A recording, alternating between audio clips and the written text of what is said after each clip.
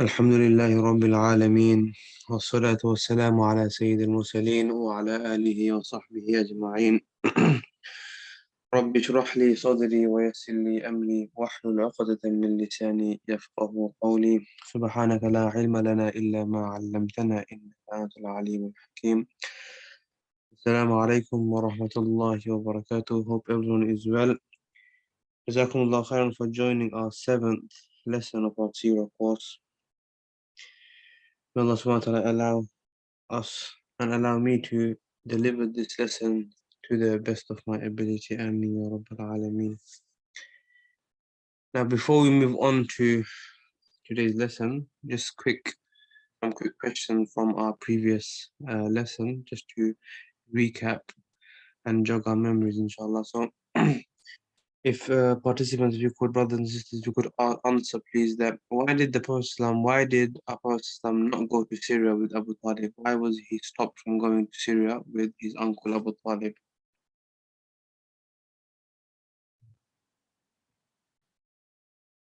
So our Prophet he wanted to travel to Syria with Abu Talib, his uncle. There was a reason why he was stopped. Okay, so what was the cause? What was the reason? If you could just share the answers, please.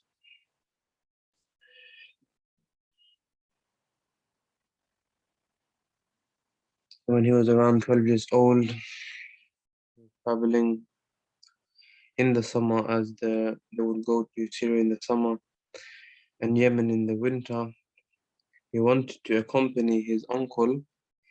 However, he couldn't because he was told to not go there because it would be harmful for him. Okay, as the monk saw the signs of prophethood, the signs of a prophet on the appearance of the Prophet ﷺ and the surroundings, what was happening. Next question is, what did the Prophet ﷺ do in his teenage years? So what kind of job did he do?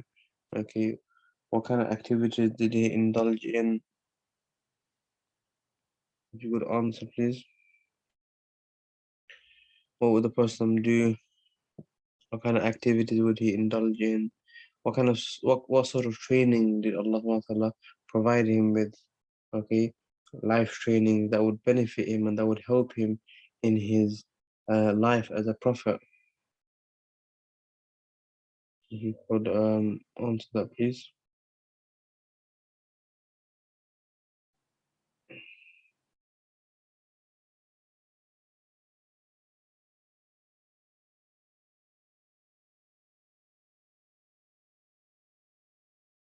Can everyone hear me? Is the audio clear? Audio clear?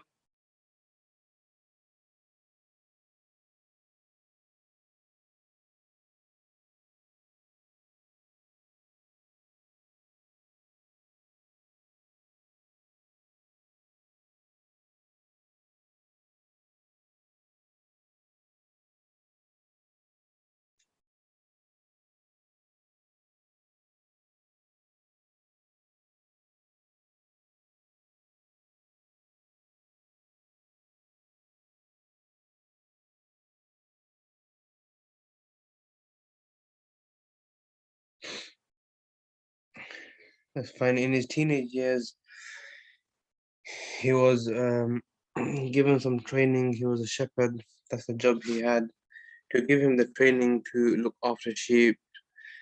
So when he does become a prophet, he can tackle and he can work with different types of people, as everyone is different. Everyone's mood, everyone's behavior, everyone is different.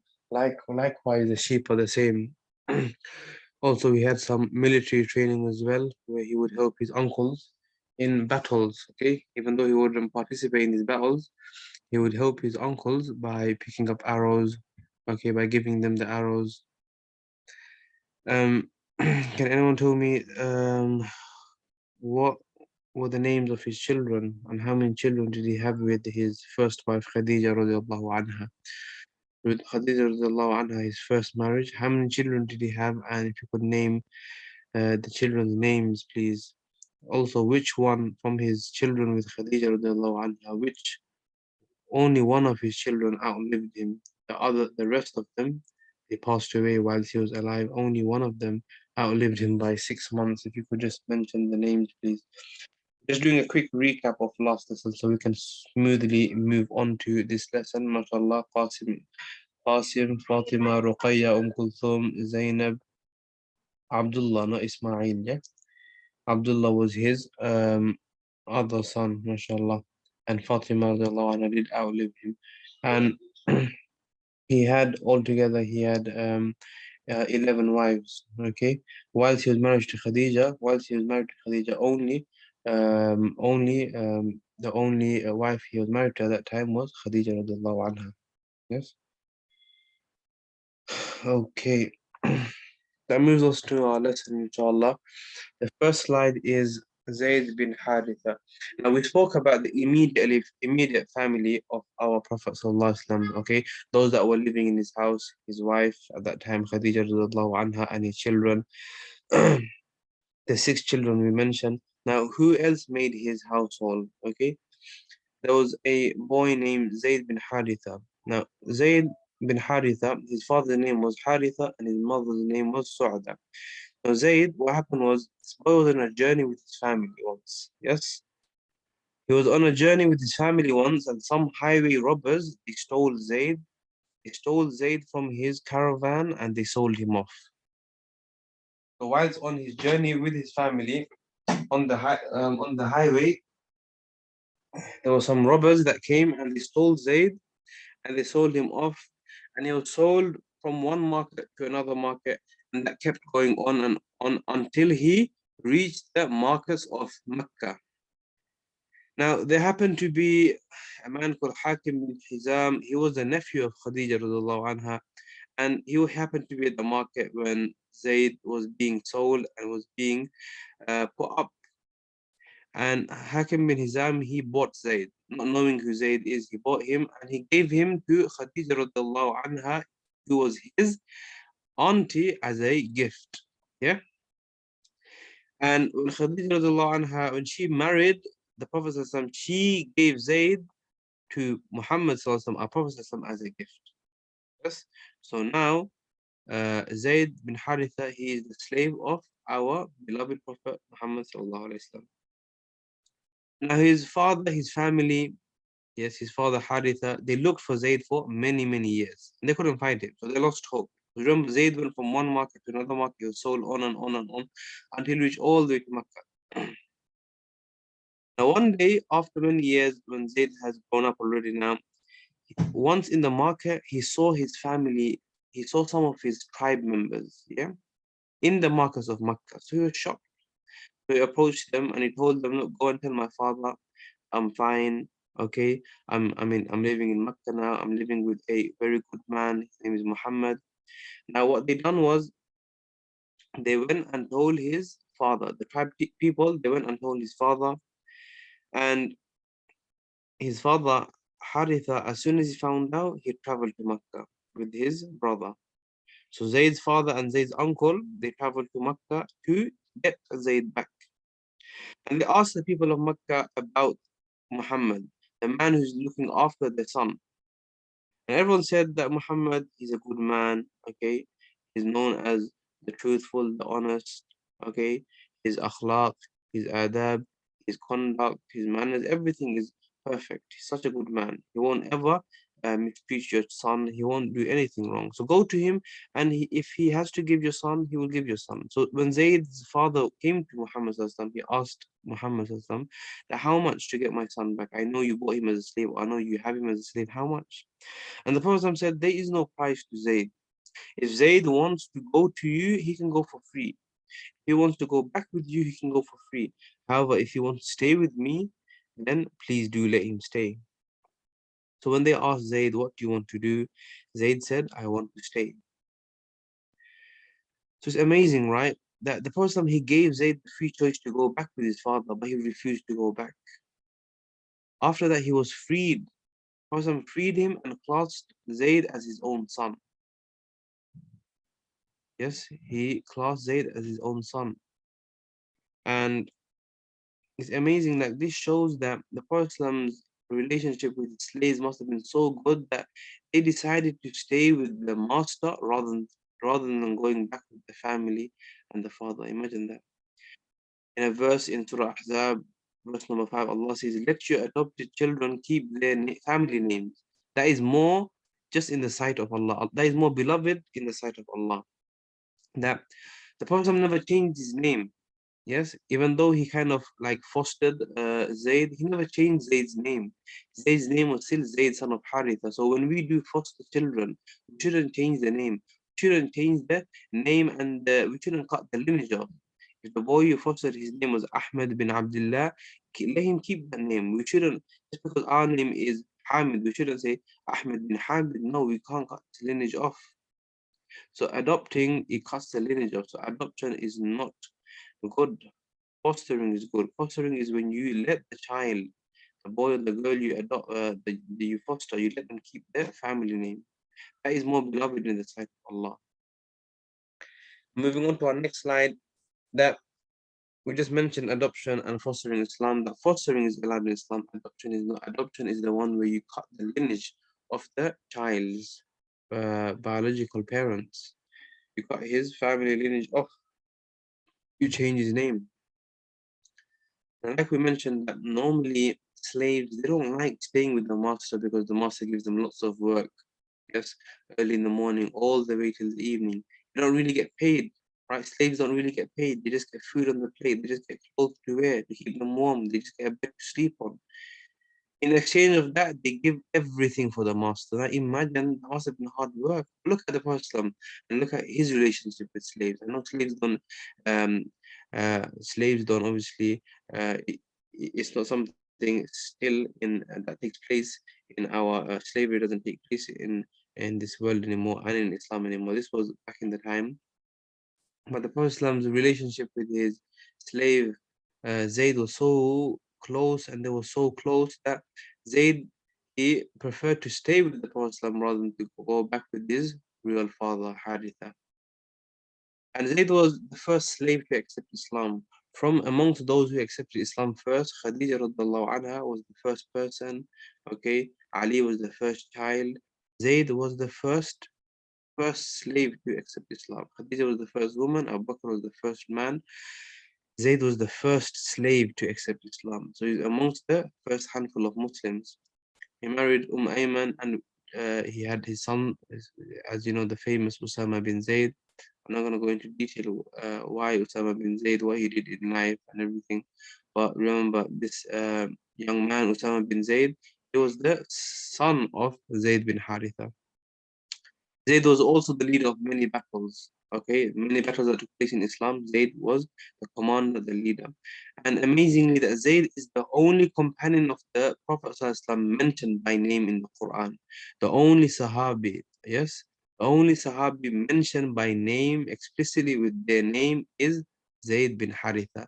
As you can see, Allah says, وَإِذْ تَقُولُ لِلَّذِي أَنْعَمَ اللَّهُ عَلَيْهِ وَأَنْعَمْتَ عَلَيْهِ أَمْسِكْ عَلَيْكَ زَوْجَكَ وَاتَّقِ اللَّهَ وَتُخْفِي فِي نَفْسِكَ مَا اللَّهُ مُبْدِيهِ وَتَخْشَى النَّاسَ وَاللَّهُ أَحَقُّ أَنْ تَخْشَاهُ لما قضى زيد منها وطرا زوجناكها لكي لا يكون على المؤمنين حرج في أزواج أدعيائهم إذا قضوا منهن وطرا وكان أمر الله مفعولا.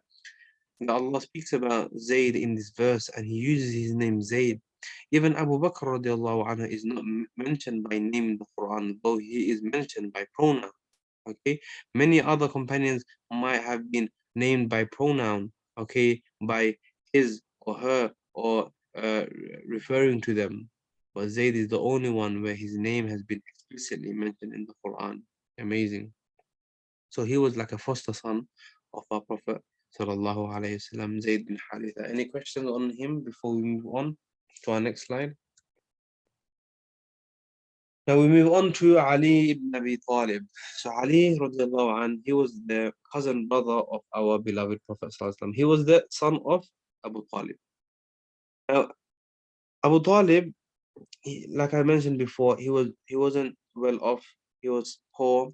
He couldn't look after his own children. So what happened was Abbas radiallahu anh, the uncle of Prophet, he decided to look after Ja'far, and Prophet Muhammad decided to look after Ali, so they can lessen the burden and the financial burden of Abu Talib. He looked after the Prophet for many years. Yes, 42 years he was by the Prophet until he passed away. So this was like a little favor that the Prophet could do for his beloved uncle Abu Talib. So he looked after Ali. So Ali radiallahu anh, he grew up in the household of the Prophet. Okay, he was like a child to him. Okay. He was like a younger brother to him. He looked after him. He's also one of the 10 companions that are guaranteed Jannah. Does anyone know the other names of the 10 of the other 10 who are guaranteed Jannah? Anyone know them?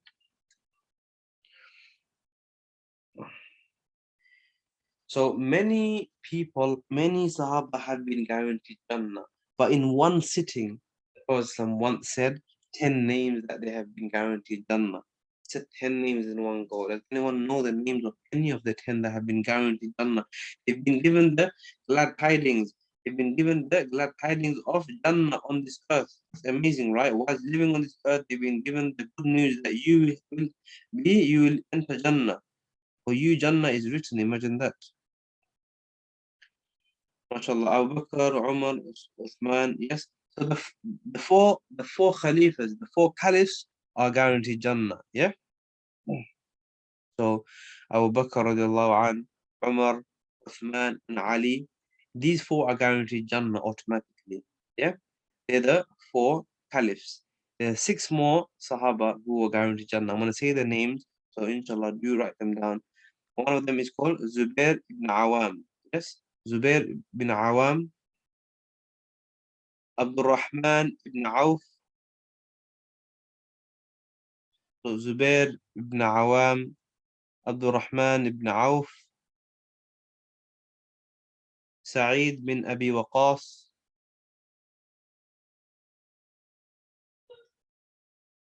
sorry, not Sa'id, Sa'ad bin Abi Waqas,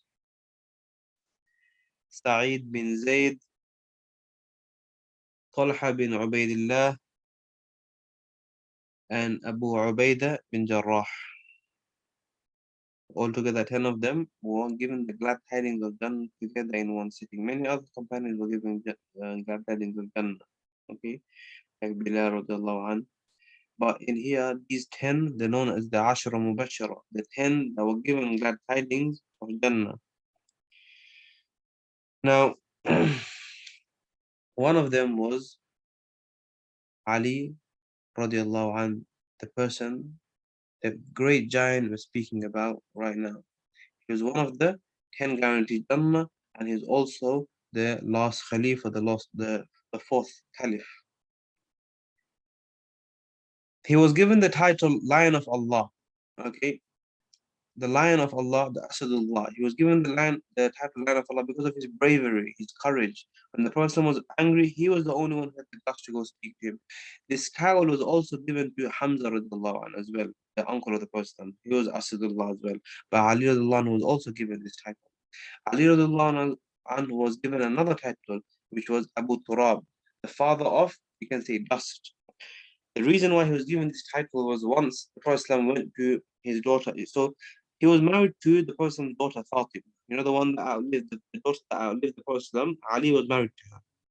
So once the Prophet went to Fatima's house and she asked where Ali is, and she said that we got into a little argument, so he's gone out. We just got into a little, I would say like a little, not proper argument, but I would say that we had a few we had a few things that we didn't agree on. We just got into a disagreement, you can say. And the Prophet went and he informed that where is Ali, and someone said that he's in the masjid. So the Prophet went to the masjid to find Ali sleeping on the ground of the masjid, and over his garment there was lots of dust. Okay, there was lots of dust. So the Prophet he called him by Abu Turab. Okay, oh Abu Turab, oh father of dust. And this nickname it stuck onto Ali, and Ali radiallahu anhu didn't he wasn't unhappy with this nickname. Every time someone called this nickname, he would smile. He would be very happy because who kept this nickname for him? None other than the best human being to walk on this earth, Muhammad sallallahu alaihi wasallam. He possessed many amazing qualities, like he was brave, okay, he was simple, okay, he was decisive, okay, he was known as one of the best decision makers. Okay, many companions, they regarded him as the best decision maker from the Sahaba.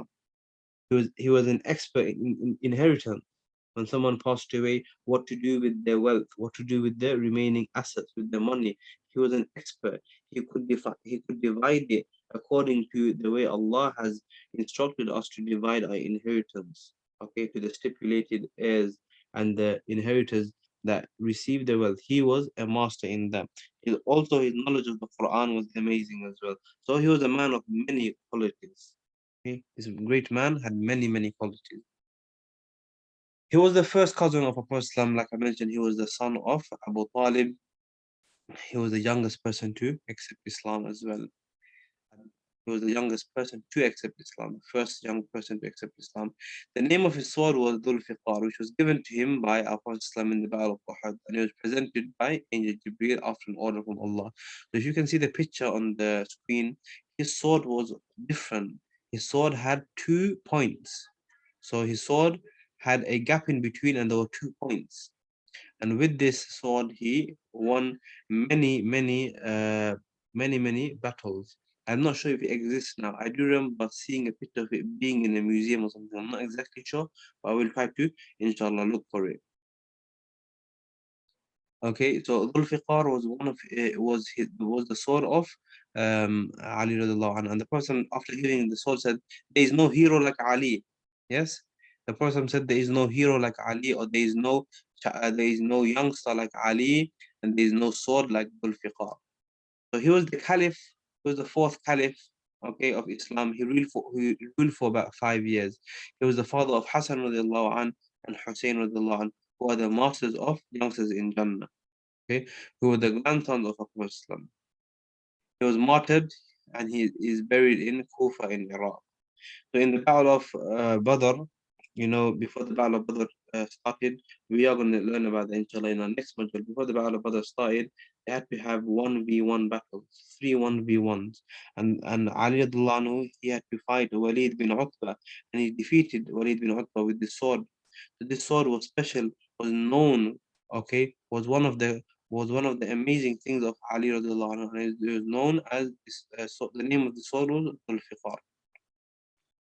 Now, there's many things we can speak about Ali radiallahu anhu, but time does not allow us to go into any more detail.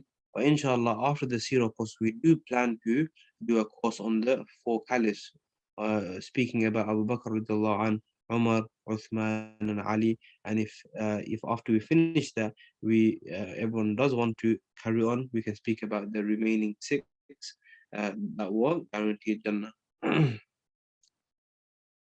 That moves us on to our next slide. So if anyone has any questions until now, feel free to ask.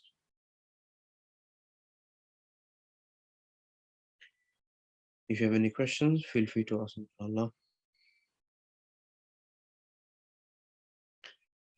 Now, the grandchildren of our Prophet sallallahu alaihi wasallam. Question. Okay. The Prophet had many grandchildren. So Hassan, Hussein, Muhsin, Zainab, and Kulthum were the children of Ali radiallahu anh and Fatima radiallahu anha. Ali and Umama were the children of Abu al-As bin Rabi' radiallahu anh and Zainab radiallahu anha. Abdullah, son of Uthman radiallahu anh, the third Khalifa, and Ruqayya radiallahu anha. So these were his grandchildren. Now his son-in-law, so Ali ibn Abi Talib was his son-in-law who was married to Fatima radiallahu anha.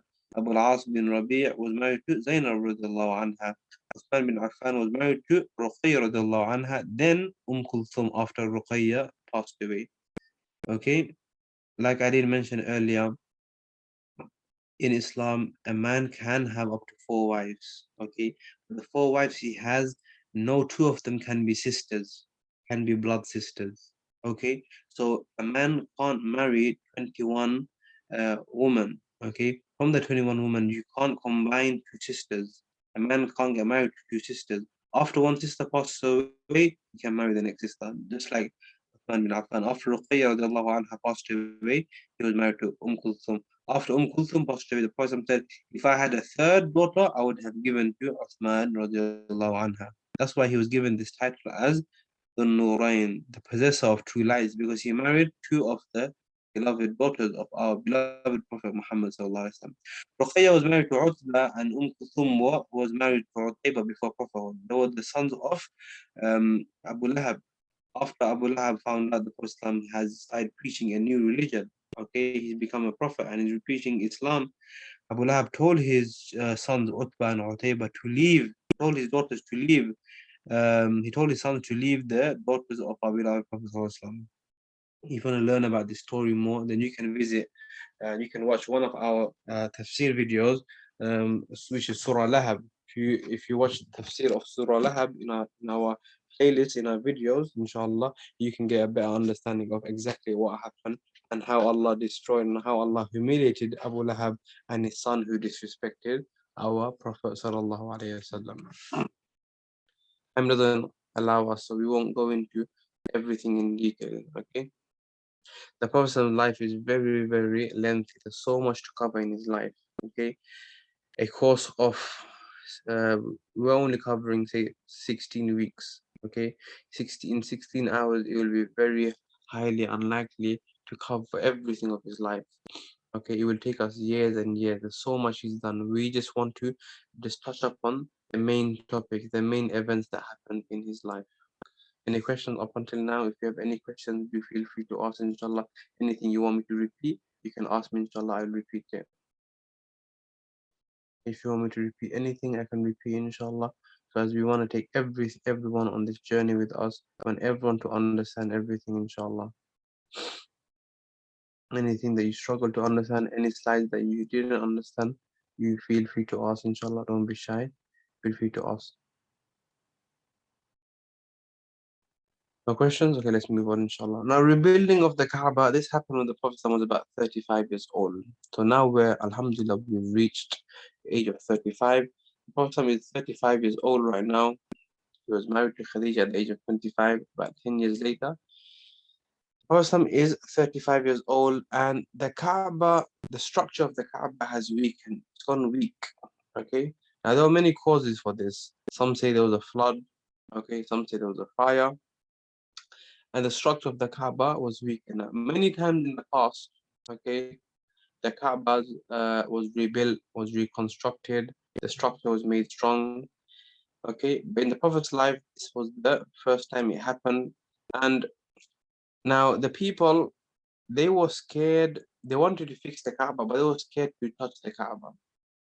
You know why? Anyone know why? Why do you think they were scared to touch the Kaaba? Because previously, the year the Prophet was born, someone tried to touch the Kaaba and they were destroyed. Yes? Someone tried to touch the Kaaba and they were destroyed. Remember the story of the people of the elephants? Yes, the story of the people of the elephants when they tried to touch the Kaaba, what happened? Allah destroyed Abraha and his army, right? So they were very scared. They were very scared that if we do anything, if we touch the Kaaba, we try to fix the Kaaba, then Allah might destroy us. But obviously they had good intention. So what they done was they sent an old man.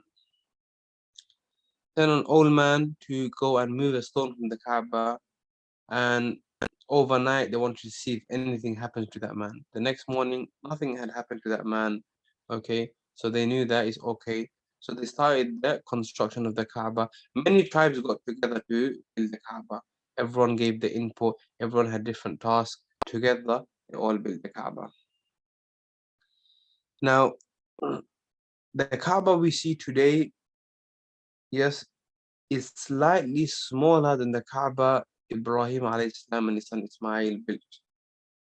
The reason was because when they were building the Kaaba, when the Prophet was 35, what we're talking about now, they never had enough halal money. They never had enough halal money. The budget was very low. They could only construct it to a certain size. Now, when you do go to the Kaaba, inshallah, one day, you from the Kaaba, you see something called hatim, okay, like a white semicircle that comes out. That was initially part of the Kaaba when built by Ibrahim alayhi salam and Ismail alayhi salam, but due to not having sufficient halal funds, they couldn't add that to the construction. So that's why they just put the semicircle there. So praying inside the Hatim, which is possible, then you can get the same reward as praying in the Kaaba. Also, from the four walls of the Kaaba, outside of right at the bottom of the four walls, you'll see a little part of marble that comes out. Okay, so your feet can't exactly touch the Kaaba. It's slightly part that comes out. So the Kaaba was thicker. Each wall was a bit thicker, but because they never had enough halal funds, they couldn't build it to that size. Okay, now now what happened was the rebuilding, it took place, like I said, many times. Okay, many times it happened, and so this was one of the times it happened. So Ibrahim Islam made two doors. Okay, when Ibrahim Islam made the Kaaba, he had two doors. Okay, people would enter with one way, people would exit the other way. When the Quraysh, they rebuilt it, they made it into one door. Yes, they made it onto one door, and they also raised the door, and they raised the door to, so they made the door high as well. They also made a roof for the Kaaba. So when Ibrahim made it, there was not really a proper roof for the Kaaba. Okay. And the rebuilding in the presence of Abdullah bin Zubair. Abdullah bin Zubair is the grandson of Abu Bakr anhu. Abdullah bin Zubair, once he asked his aunt Aisha anhu about the desire and wish of the Prophet ﷺ. He said, the door of the Kaaba is high, okay, to be lowered. Okay, two doors for the Kaaba, and the Hatim should be made part of the Kaaba. Okay. And so Abdullah bin Zubair, when he rebuilt it, he did these things, and then later on Hajjaj bin Yusuf came. Hajjaj bin Yusuf was a tyrant man. He came and he reversed everything, and everything that Abdullah bin Zubair did. The three things, the wish of the Prophet sallallahu alaihi wasallam. So the Prophet said he wanted the door of the Kaaba to is high. He wanted it to be lowered, and he wanted two doors of the Kaaba, and he wanted the Hatim to be part of the Kaaba. But Abdullah bin Zubair did that. Hajjaj bin Yusuf, leader later on came. He was a tyrant leader. He came and reversed everything. He made the Kaaba door high again. He reduced the doors from two to one, and he took the Hatim part out, and it was just left like a semicircle. Now, the reason why people never changed it and it never got changed back again was people thought, the scholars at that time thought that if we reverse what Hajjaj bin Yusuf does, then later on another tyrant will come and reverse what we did. Then someone else will rectify it, someone else will reverse it, and the Kaaba will become like a toy, it'll become like a joke. Understand? So hence they left it how Hajjaj bin Yusuf did it. They left it because if they try to rectify what Hajjaj bin Yusuf done, someone else will come and reverse it, and it will just be like that, going from one construction to another construction, and it will look like a joke. It will look like a toy. You can do whatever you want with it.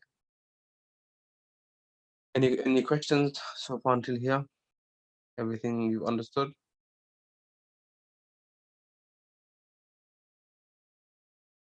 Any questions? Feel free to ask any questions. I remember in our previous module, I showed you pictures of the Kaaba. Okay, yes, this happened after the Prophet ﷺ, this stuff, because Abdullah bin Zubair, he was the grandson of Abu Bakr, so he came quite after the Prophet's birth. He asked his aunt Aisha radiallahu anha, what did the Prophet ﷺ, what did he desire and wish? What was one of his desires and his wishes that he couldn't fulfill on his life? And Aisha radiallahu anha spoke about the Kaaba. So he went and fulfilled it, but then obviously Hajjaj bin Yusuf came and he reversed it. The ulama, the scholars, they left it. They left it how it was. They didn't want to make it into like someone fixes it, someone reverses it. They thought leave it how it is. It's just gonna create more drama. It's just gonna create more. It's gonna make it into a joke. Now, once all these tribes together, they got together and they agreed to help each other out. Everyone took their different tasks. Everyone did the task properly. Now, a argument right at the end after constructing the Kaaba, an argument took place. Who puts the black stone on? One tribe says we want to put it on because we're the highest tribes. One tribe says we want to put it on because we're the most noblest of tribes. One tribe says we want to put it on because we're the most richest of tribes. One tribe says we want to put it on because we're closest to the Kaaba. We're closest to Prophet Ibrahim. Everyone is making different cases to the argument. Everyone is saying given different reasons, and this they got into a very big fight. No physical fight, but a big fight is an argument. There happened to be an old man there who was very, very wise. So he said, okay, let's stop this and let's make a decision. Let's say the first person to enter the gates tomorrow morning, he will be the judge to decide who puts the black stone. And everyone said, that's fine. Early morning, the first person to wake up, the first person to enter through these gates, he will decide who puts the black stone on the Kaaba. And amazingly, the first person to walk in the next morning was none other than our beloved Prophet Muhammad sallallahu alaihi wasallam, who, look how much wisdom and look how much hikmah and wisdom he had. He was Hakim, he was so wise. He could have just picked up the black stone and put it on himself, right? Because everyone knows him as a Sadiq al-Amin. Everyone knows him as a great man. But no, what did he do? He asked, he requested for someone to get him a cloth, like a towel. He put that towel on the ground and he put that black stone onto the towel. He asked from all tribes, one leader comes. Yes? One leader came from all tribes and they all held this cloth and they took it to the blackstone area and the person picked it up and he put it in. Now that was so amazing. Now everyone felt part of putting the blackstone on. The Prophet didn't have to do that, but he resolved a big fight and he made everyone feel like a part of rebuilding the Kaaba and putting the blackstone on. Everyone left happy. Everyone was happy. Okay? Sometimes we have to do that in life. Sometimes we have to humble ourselves and think, you know what? We can do it ourselves, but let's bring these people into it. It'll make them happy. We have to be wise sometimes. Sometimes our brain, it thinks differently, and we don't think about others. Think about others, how to keep everyone happy. Okay, inshallah, we should try that. This is the sunnah of the Prophet that he will try to keep everyone happy. He will try to be fair. He could have easily picked one of the crimes, right? But he wanted to be fair, so try to be fair and just at all times, inshallah. So that brings us to our last slide. Now, the slide is about the Prophet is 35, 36, 37, slowly now going close to the age of 40. And we know that he was given prophethood. He was made a prophet at the age of 40. Now, what is tahannuth and dreams? Tahannuth is keeping away from people and reflecting on the creations of Allah and thinking about Allah. This can be done in seclusion. So tahannuth is a religious practice people would do before Islam came. It was time spent in isolation and turning away from worldly affairs. The Prophet didn't like everyone in Makkah idol worshipping, people going into sins, festivals, singing, music, and everything. So he would go into this cave and he would go into solitude. He would go into his isolation, him by himself. He would leave the creation and he would connect with the Creator. And many prophets of the past, yes, through tahannuth, through isolation, through seclusion, they found Allah. Like, could anyone give me any examples of prophets whilst they were in seclusion, whilst they were alone? Yes, they found Allah, they got close to Allah. Anyone know any examples of this? Any prophet of the past?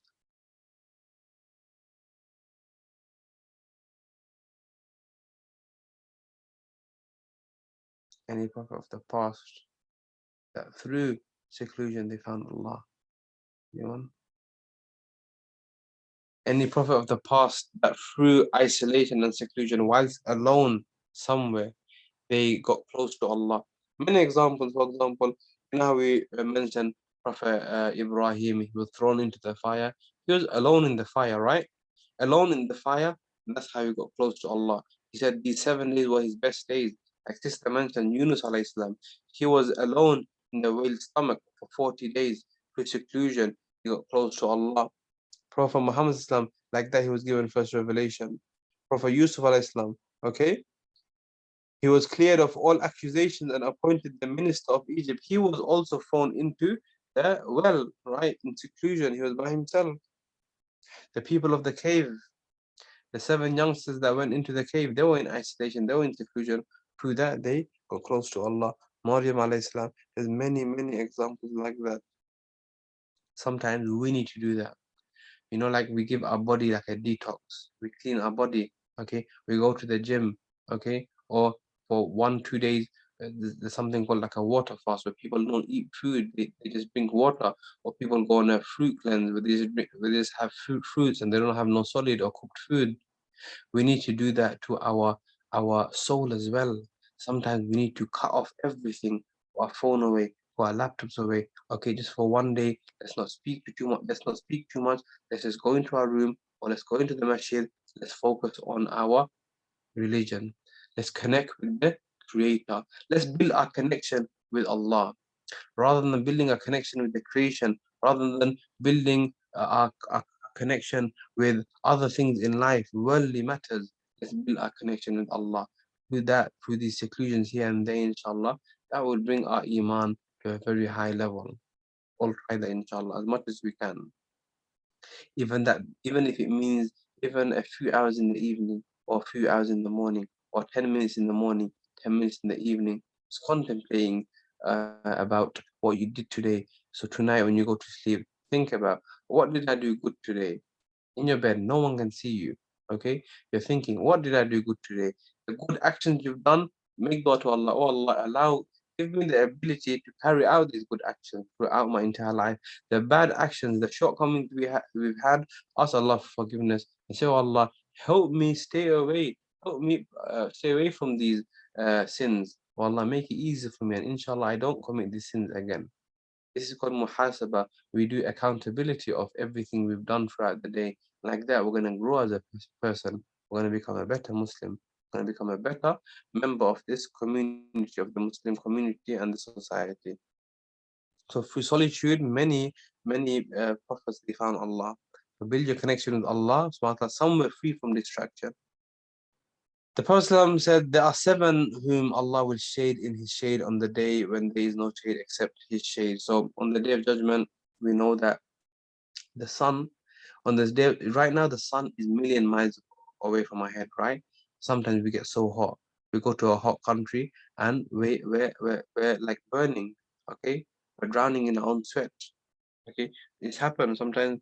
Once I went for Umrah, when I went Umrah, it was so hot that the sun cream I put on, it started melting off my face. It was very hot. So on the day of judgment, the sun will only be 1 mile from my head, just 1 mile. And on the day where it's so hot, people will be sweating and drowning on their own sweat. Allah will give shade to 7 types of people. 7 types of people will get shade. The reason this hadith I mentioned it here, you'll understand. I'm just going to go over the 7 types. One of the types is a just ruler. Someone who's given power and authority, and they're just, they're fair in their judgment and in their dealings. Number 2, a youth who grew up in the worship of Allah. Someone who grew up while worshipping Allah. Okay, throughout his youth, throughout his life, he was worshipping Allah. Number 3, a person whose heart is attached to the masjid. Okay, imagine someone goes and prays Fajr in the masjid, and he can't wait for Dhuhr. As soon as Dhuhr time coming, he can't wait to go to the masjid. A person whose heart is inclined and attached to the masjid at all times, he can't wait to go back to the masjid to pray the next salah. Number 4, 2 men who love each other for the sake of Allah. Okay, that they love each other. Okay, not in the love as in they get married or anything together, but love as in brotherhood. 2 men, they love mutual love for the sake of Allah. Okay, that they build their connection with Allah together. Another one is a man who is called by a woman of beauty. Okay, a man who is called by a woman of beauty, and he says, I fear Allah.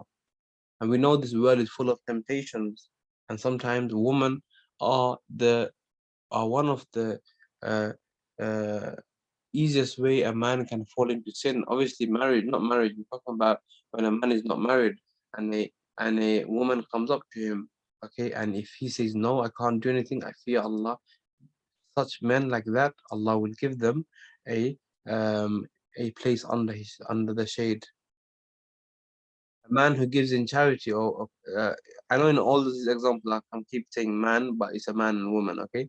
A person who gives in charity and hides it, such that his left hand does not know that his right hand gave it into charity. We should give into charity secretly. We shouldn't give into charity just to show off next to show off, okay? That, oh, I'm giving £100, so people next to you can say, oh, mashallah, he's giving lots of money. We shouldn't do that.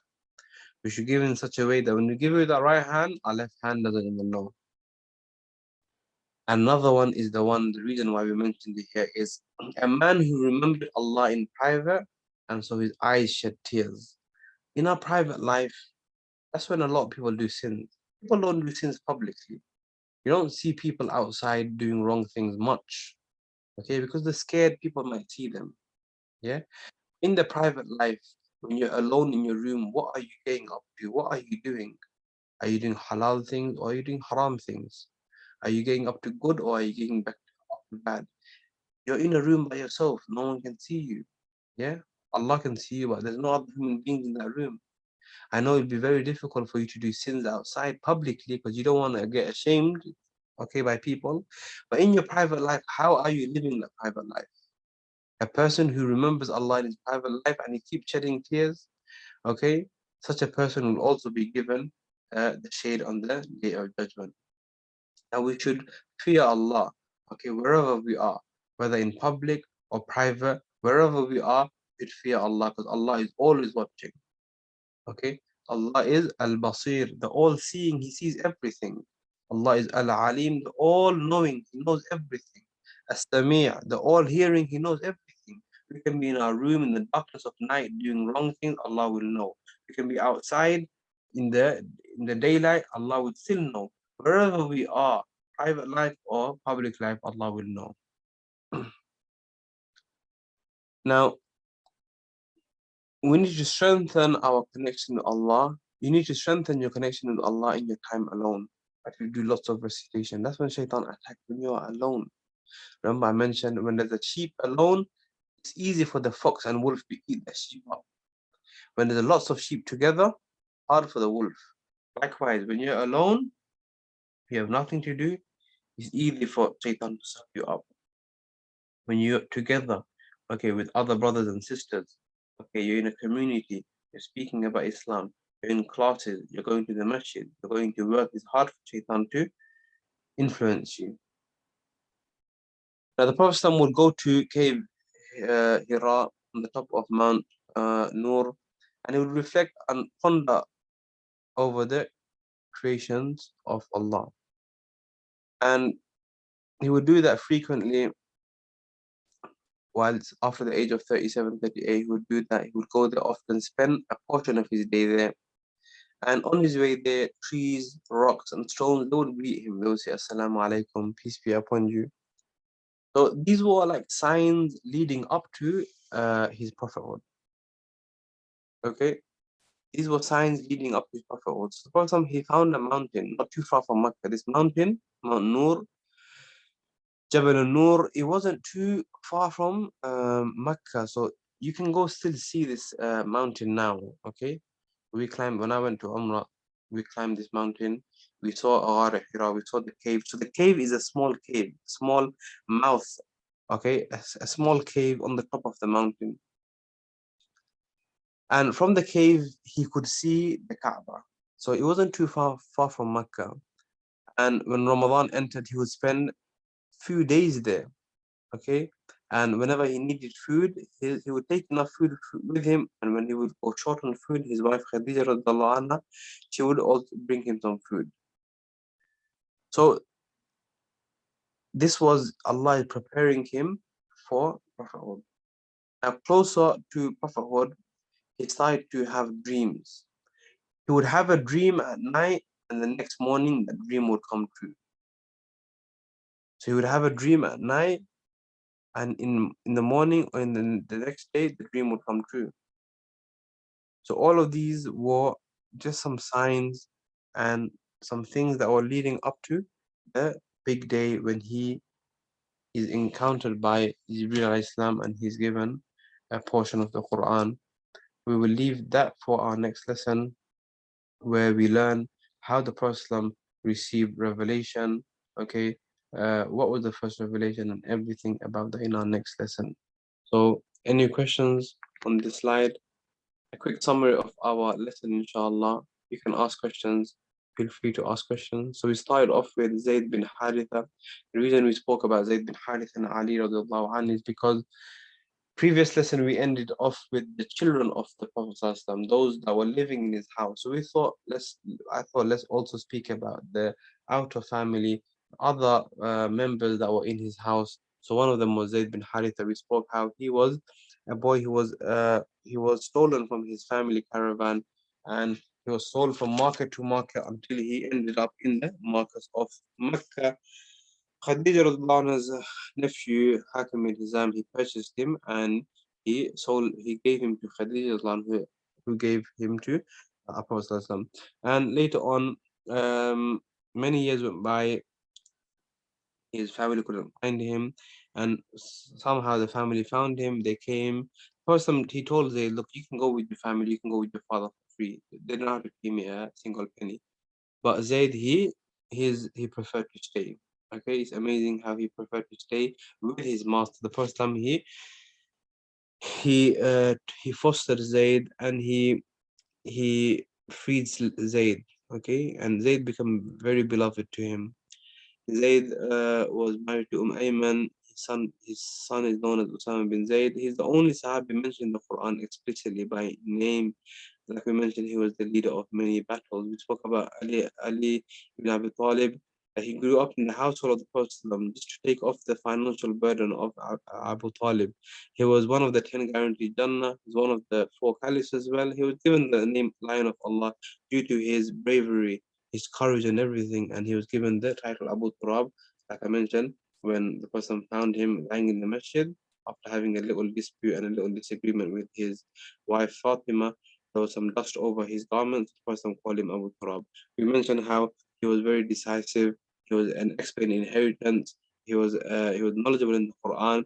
He had many children. Fatima radiallahu anha, famously known as Hassan and Hussein. Allah gave him the sword, the 𝕠𝕠𝕤𝕒𝕠𝕠, which he used, and he won many duels and many battles with this sword.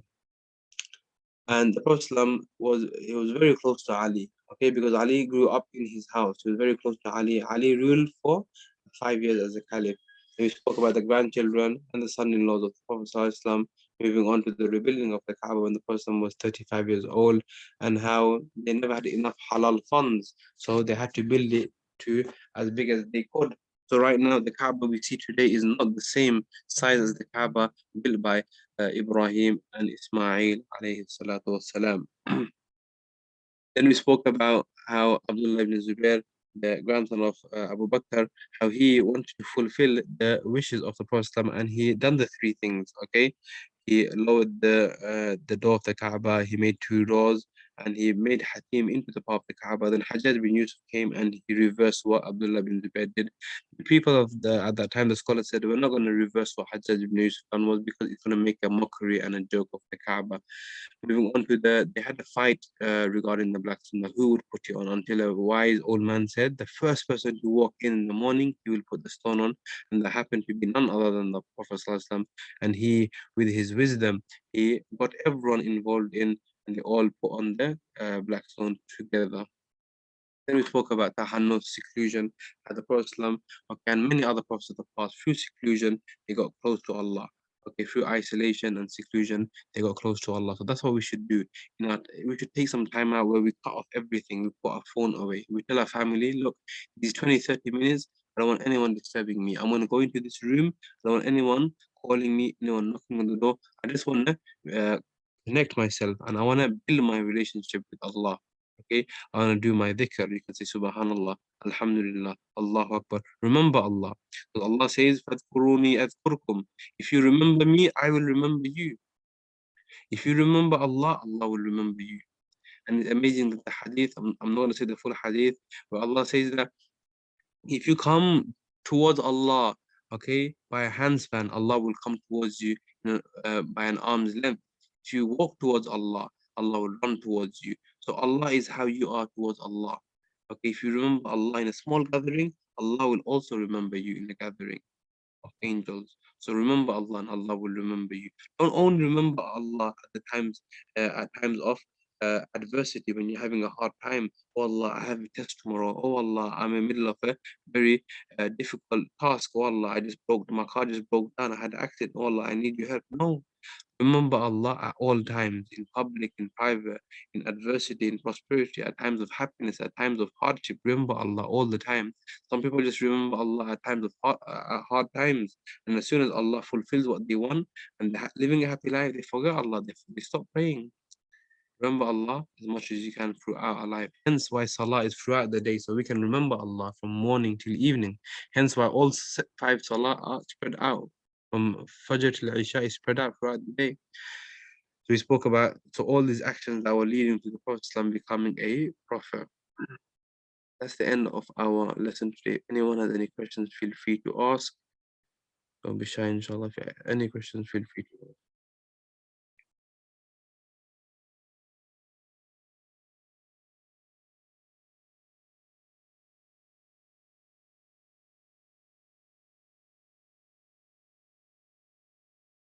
No?